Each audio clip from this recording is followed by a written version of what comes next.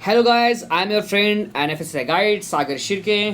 तो आज हम देखने वाले हैं कि जो थर्ड पार्टी ऑडिट है वो सेंसिटिव जो फूड कैटेगरीज है उनके लिए काफ़ी इंपॉर्टेंट है कि आपको थर्ड पार्टी ऑडिट जो है एफएसएसआई का करवाना ही पड़ता है।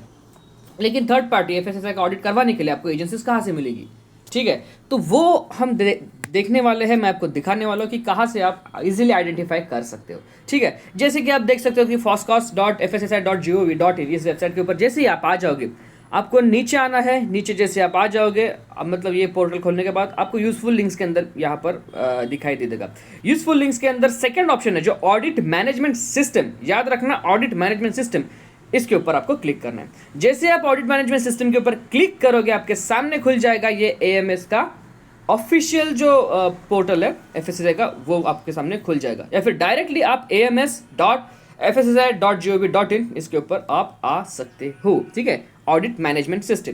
तो यहाँ पर आपको कुछ दिखाई देगा कि what is audit management system and इसके अंदर भी आपको why are the food safety audits are necessary, इसके ऊपर ये भी इंफॉर्मेशन आपकी वेबसाइट के ऊपर मिलेगी। प्रिंसिपल ऑफ ऑडिट्स ये यहाँ पर दी गए हैं एक डिटेल में, आप देख सकते हो। और ये जो 9 to 10 कैटेगरीज है, तो ये कैटेगरीज जो है ये हाई रिस्क फूड कैटेगरीज है जिनके लिए कंपलसरी है जो आपका ये है ऑडिट मैनेजमेंट सिस्टम या फिर ऑडिट थर्ड पार्टी ऑडिट करना है एफएसएसआई का, वो कंपलसरी है।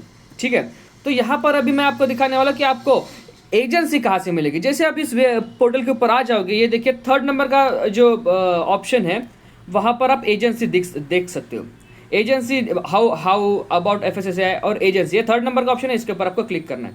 जैसे ही आप इस ऑप्शन के ऊपर क्लिक करोगे, आपके सामने खुल जाएगा ये एफएसएसआई का ये जो रिकॉग्नाइज्ड एफएसएसआई की जो एजेंसी लिस्ट है वो आपके सामने खुल जाएगी। आप देख सकते हो जो आपकी रिसर्च की जो सर्च की जो लिंक है उसके अंदर भी है ams.fssi.gov.in/recognized एजेंसी लिस्ट। तो ये रिकॉग्नाइज्ड जो एजेंसी लिस्ट है वो यहाँ पर आ चुकी है जो एफएसएसआई की ऑफिशियल है।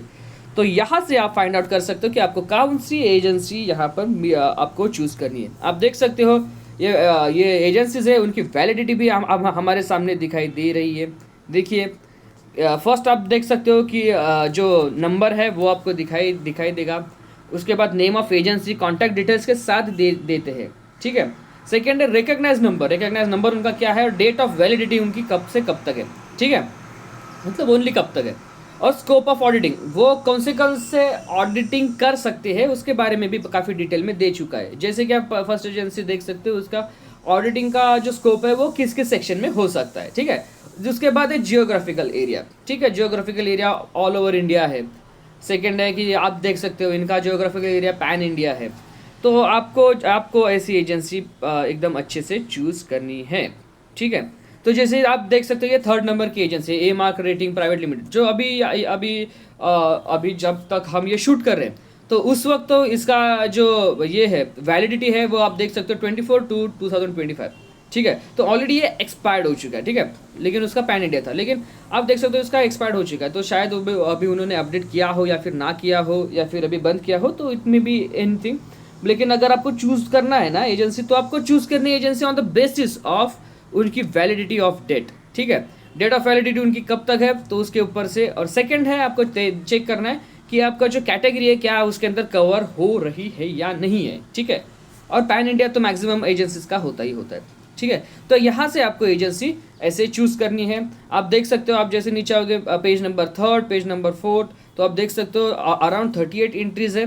और ये इतने 38 एजेंसीज जो है वो रिकॉग्नाइज्ड है एज पर एफएसएसआई। ठीक है, तो आपको चेक करना है date of validity, scope of auditing and geographical area. इन तीनों ये तीनों आपको चेक करने, और देन आपको मोस्ट इंपॉर्टेंटली चेक करना है आपकी एजेंसी जो है वो आपके एरिया के पास में आती है क्या। जगह अगर आपका बॉम्बे में है और अगर बॉम्बे में आपकी एजेंसी है और आपका फैक्ट्री भी बॉम्बे के अंदर है, तो आपको जो कॉस्टिंग है वो एक नॉमिनल कॉस्टिंग पड़ेगी। लेकिन जितना दूर, अगर आपकी बॉम्बे में फैक्ट्री है और अगर आप दिल्ली की कोई एजेंसी अगर हायर करते हो तो डेफिनेटली आपको कॉस्टिंग उसकी काफ़ी हायर पड़ेगी। बिकॉज एजेंसीज जो होती है, मैं एक्सपीरियंस से बता रहा हूँ, क्योंकि एजेंसीज जो है वो आपको फ्लाइट का खर्चा, खाने पीने का खर्चा, आने जाने का खर्चा, पूरा जो खर्चा होता है ना उनका, वो आपसे रिकवर करती है।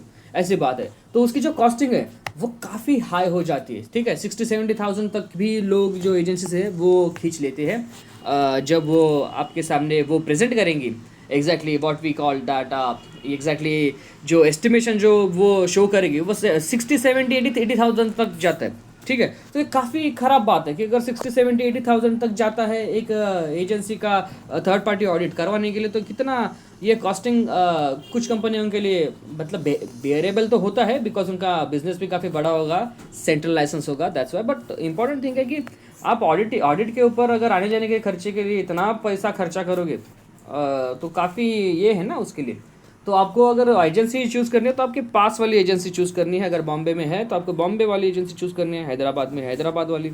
और अगर अगर आपके पास कोई अच्छे ये हो, अगर कॉन्टैक्ट्स हो, तो डेफिनेटली आप उनसे करवा सकते हो। जैसे कि मेरे पास एक एजेंसी थी जिससे मैं काम करवाता था, वो हैदराबाद से थी, हैदराबाद से बॉम्बे आती थी, मेरे लिए पुणे आती थी, तो वो काफ़ी अच्छे से वहाँ पर काम करती थी और उनका जो चार्जेस थे वो भी काफ़ी नॉमिनल थे, बिकॉज हम उन्हें कंटिन्यू बिजनेस देते थे। तो दिस इज़ द थिंग कि आप एजेंसी के साथ कैसे रिलेशंस कैसे बना के रखते हो, कि आप उन्हें कंटिन्यू बिजनेस देते हो या नहीं देते हो, उसके ऊपर भी डिपेंड करता है, ठीक है। और अगर आपने शुरुआत से ही काफ़ी जो बहुत पैसा देकर अगर एजेंसीज हायर करते हो, तो शायद आप सेकेंड टाइम उन्हें हायर ना करो for your third party audit, ठीक है।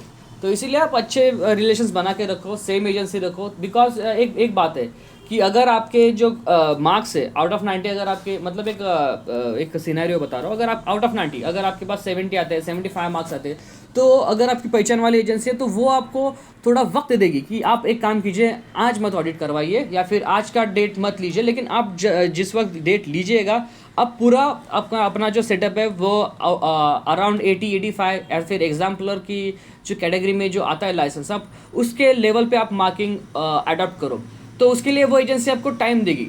लेकिन अगर दूर की एजेंसी है वो आपको टाइम नहीं दे पाएगी to you know what match those points, ठीक है। तो वो नंबर्स आपको मैच करने के लिए उतना वक्त नहीं देगी। तो आपकी जो आपका जो लाइसेंस है, आप इतना बड़ा खर्चा करोगे और अगर आपके पास वो जो आपके मार्क्स है, अगर मार्किंग आपको अच्छी नहीं आए तो क्या फ़ायदा है, तो वो भी तो बात है। इसीलिए आप एक अच्छे रिलेशंस बनाओ, लिमिटेड आपके एजेंसीज आप एजेंसीज के साथ काम करो, अच्छे रिलेशंस बनाओ और उन्हीं के साथ कंटिन्यू काम करो, बिकॉज काफ़ी सारी एजेंसीज है जो हमने स्टार्टिंग में भी देखा, क्योंकि उनका लाइसेंस ख़त्म हो जाता है, बिकॉज वो जो लाइसेंस का खर्चा ही निकालने के चक्कर में इतनी कॉस्टिंग रख देते हैं कि फिर वो रिन्यू ही नहीं कर पाते, उनकी वैलिडिटी ख़त्म हो जाती है, फिर वो अपना बिजनेस से बंद कर देते हैं। तो ऐसा ना हो, मैं भी चाहता हूँ कि जो एजेंसीज है वो कॉस्टिंग अपनी नॉमिनल रखे, फूड बिजनेस ऑपरेटर्स को एक हैंड होल्डिंग दे कि अपना बिजनेस एक अच्छी क्वालिटी से चलाए।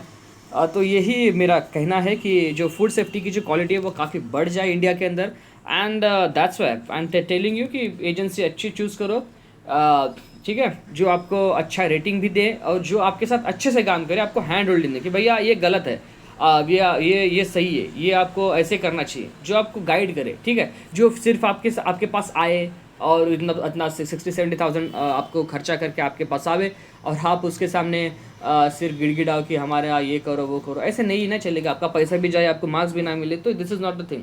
तो आपको अच्छे से फूड बिजनेस ऑपरेट करना है, बिकॉज FSSAI को उतना पॉसिबल होता नहीं है कंटिन्यू आपके पास आके आपका जो लाइसेंस है वो वेरीफाई करने के लिए। तो इसीलिए बहुत इंपॉर्टेंट है आप सही एजेंसी चूज़ करो और वो जो हैंड होल्डिंग देवे ऐसी ही एजेंसी चूज़ करो, ठीक है। और आपके एरिया की पास वाली और आपकी ट्रस्टेड एजेंसी चूज़ करो। तो ये चूज़ करने के लिए आपके पास है ams.fssai.gov.in/recognized agency list.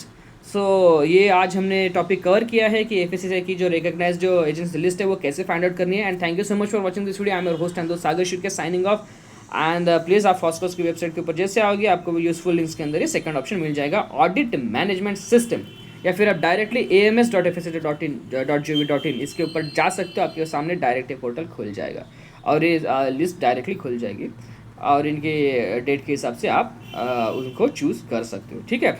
So this is the thing कि आपको कैसे एजेंसी चूज़ करनी है। तो thank you so much for watching this video. और मैंने एजेंसी चूज़ करने के साथ भी आपको एक एक्स्ट्रा नॉलेज भी दिया है। So this is the thing, मैं एक्सपीरियंस के साथ ही वीडियो बनाता हूँ ताकि काफ़ी सारे लोगों को या फिर फूड बिजनेस ऑपरेटर्स को कभी भी उसकी दिक्कत ना आए। So thank you so much for watching this video. I am your host and दोस्त सागर शिरके साइनिंग ऑफ।